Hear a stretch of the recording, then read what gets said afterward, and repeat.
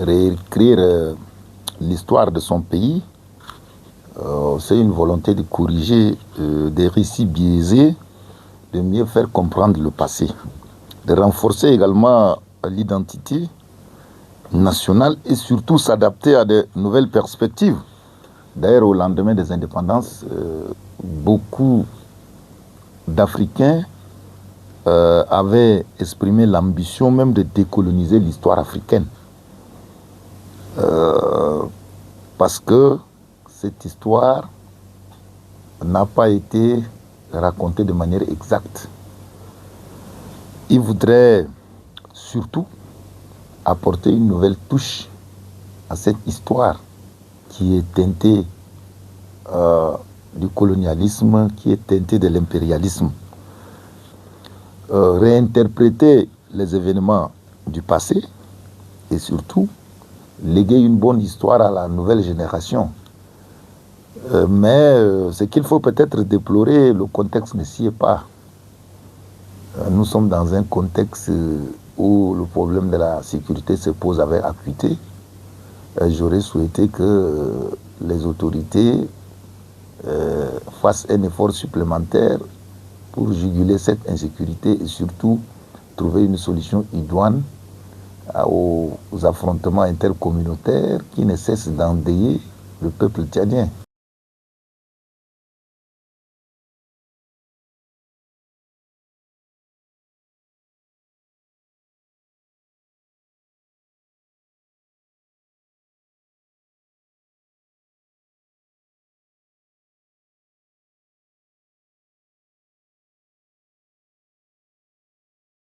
Mais on a des héros.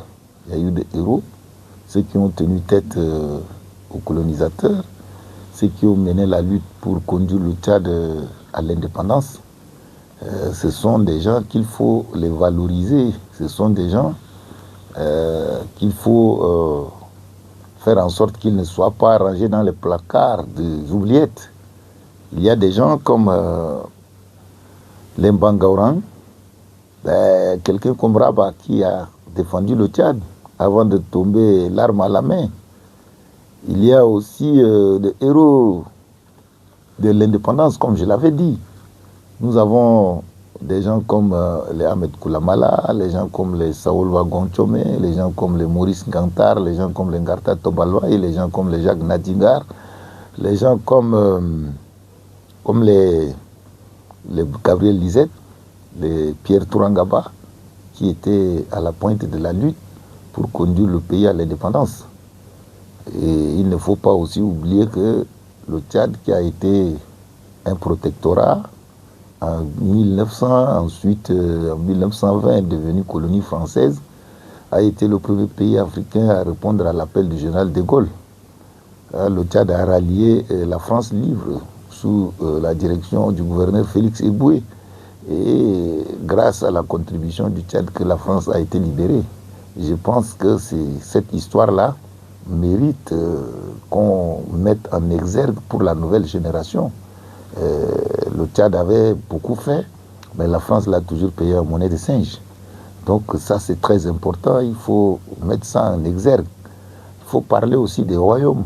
Nous avons le royaume du Wadaï qui est un grand royaume, qui a accueilli pas mal de monde, qu'il faut aussi mettre en exergue. Nous avons aussi le royaume du Kanem Bornou, qui coiffe jusqu'au Nigeria, qui coiffe jusqu'au Niger. Il faut parler aussi de ce royaume-là, sans oublier aussi le royaume du Bagirmi.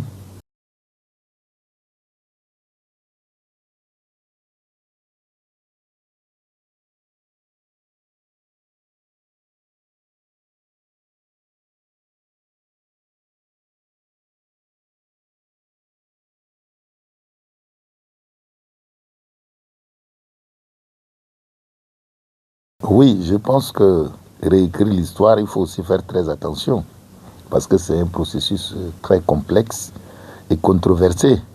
Donc on doit élaborer cela avec rigueur et objectivité.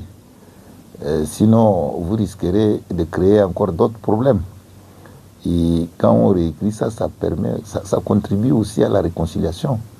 Je prends par exemple l'exemple du Rwanda. Aujourd'hui, il y a des historiens qui ont été désignés et choisis pour réécrire l'histoire du génocide au Rwanda. Donc vous voyez, quand on écrit, ça permet aussi de réconcilier les gens. Ce qui s'est passé au Rwanda, le génocide, c'est resté encore en mémoire du monde. Parce que c'est le dernier génocide après le génocide arménien. Donc vous avez, ces génocides a fait au bas mot 800 000 morts. On a exterminé la minorité Tutsi. Donc on est en train de réécrire cette histoire dans le but de réconcilier le peuple Hutu et le peuple Tutsi qui parlaient la même langue, qui avaient la même culture, mais qui se regardaient en chien de faïence. Donc c'est un peu ça et il faut faire très attention parce que on aborde, c'est pour un peu tourner la page du traumatisme du passé et favoriser en quelque sorte la guérison et construire un avenir plus inclusif. C'est ça la réécriture de l'histoire. Et je crois que le gouvernement a mis en place une commission, mais il faut aussi il faut que ça soit une commission inclusive. Choisir aussi presque tous les historiens pour faire ce travail intellectuel et scientifique, parce que c'est un travail intellectuel et scientifique que ces gens-là doivent faire en tenant compte aussi de nos réalités. Parce qu'il y a, des secteurs où les gens parlent de caste, où les gens parlent d'esclaves, de ceci, de cela. Je crois que tout ça, c'est l'œuvre de la colonisation. Donc il faut chercher à régler ces problèmes-là, faire en sorte que cette page-là soit tournée définitivement.